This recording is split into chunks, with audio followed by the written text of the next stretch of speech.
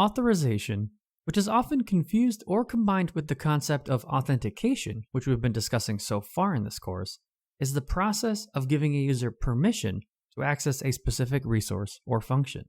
For example, an administrative user is allowed to create, edit, and delete copies, whereas a non-administrative user is only authorized to view copies. Authorization is orthogonal, meaning that it is independent from authentication. However, as we have already mentioned in previous lessons, authorization does require an authentication mechanism, which luckily we've implemented already. Role-based access control, or RBAC, is a policy-neutral access control mechanism defined around roles and privileges.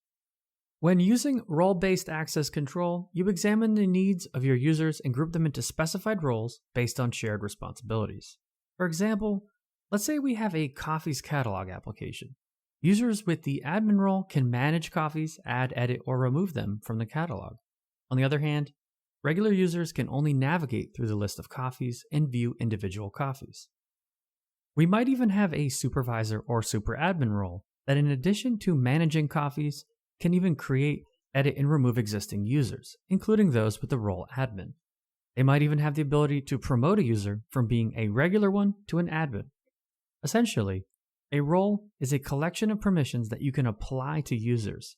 Using roles makes it easier to add, delete, and customize permissions as opposed to assigning permissions to every user individually.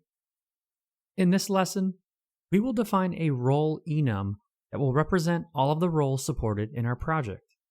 In our case, we're just going to make these static values that aren't coming from a database or anything. But in certain situations, we would want these roles stored in a database, and even better, maybe we'd want to have a dashboard where we could create new roles and assign them to existing users.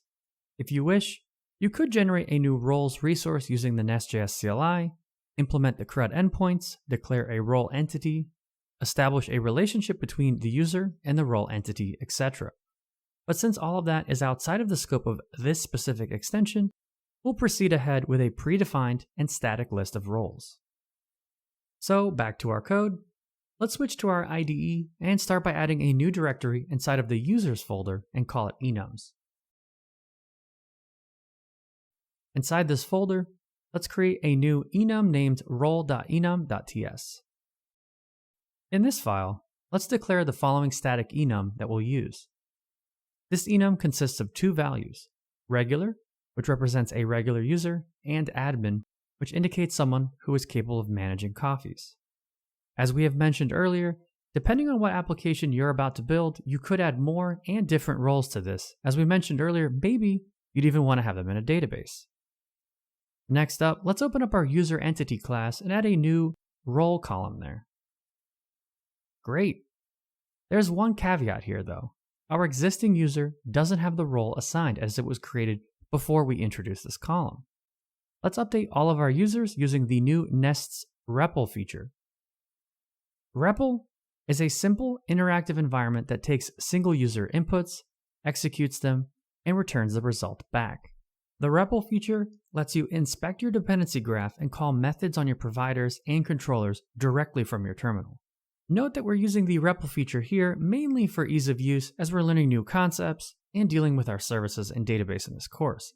But you wouldn't want to use this in any production setting or anything like that. It's just a fantastic option during development time or general application introspection to see how everything's working. Alright, so let's create a new REPL TS file alongside of our existing main TS file and enter in the following code. We won't be diving into exactly what's happening here as it's outside of the scope of this course, but there's a link below the video with more information about REPL if you're interested. Now in our terminals, let's start the REPL with the following command. npm run start -- entry file and then the word REPL. Once it's initialized, let's use the users repository to update our user entity, calling the update method, grabbing the user by ID 1, and setting the role to the string of regular. Perfect. Now let's retrieve all of the users just to double check that the role was properly updated. Great, and as we can see, it worked. We have only updated one user here because it's all we had in our database, but you may need to do this with other users if you have more in yours. Of course, in the real world, we wouldn't use the REPL to make these kinds of updates and migrations. Back to our task at hand, we now need to implement a decorator that would let us indicate what roles are required to access specific endpoints. So inside the IAM folder, let's start off by creating a new directory called authorization, where we'll keep everything related to our upcoming authorization work.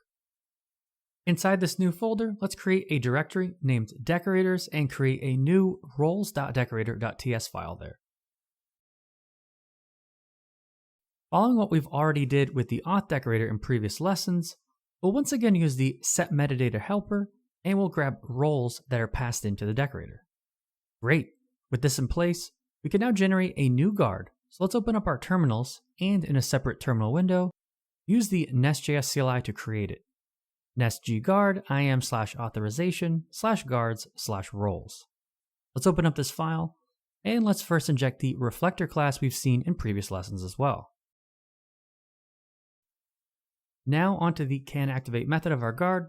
Let's start by retrieving the required roles for the target endpoint using the reflector provider, making sure to look both in the handler, if the decorator is used in methods, and at the class level, if used on an entire controller, resolver, class, etc. In the case there are no roles required, we assume that this handler doesn't require any additional validation and we let the request proceed right away. Otherwise, we need to grab the active user data from the request object that we assigned in the access token guard and check if it has one of the required roles. Great. One issue though, as you can see, the role property is now highlighted and we're getting an error stating that property role does not exist on type active user data. Let's go ahead and fix this real quick. First, let's navigate to the active user data interface and add the missing role property here. Next, we need to open up the authentication service, scroll up to the generate tokens method, and make sure that we are passing the user.role alongside the email for the payload of every signed access token. Perfect. All right, with our guard all set, we should be able to register it globally, similarly to what we did with the authentication guard. Let's open up IAM module and provide the app guard utilizing the use class syntax, and we can pass in our roles guard here. Great, with our guard registered globally now, the only thing that's left for us to do is to annotate methods that require specific roles with our new roles decorator.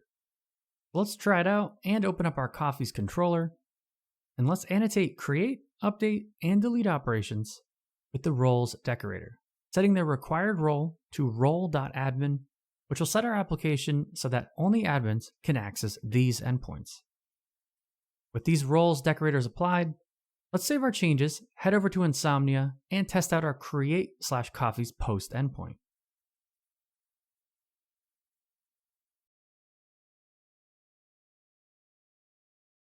And as we can see, we received the 403 forbidden resource error back, just as we should expect. From now on, users that don't have the admin role assigned won't be able to create, edit, or delete coffees. Perfect. Now let's switch back to our IDE, open up our terminals, switch back to the REPL window, and execute the same update query with one subtle difference.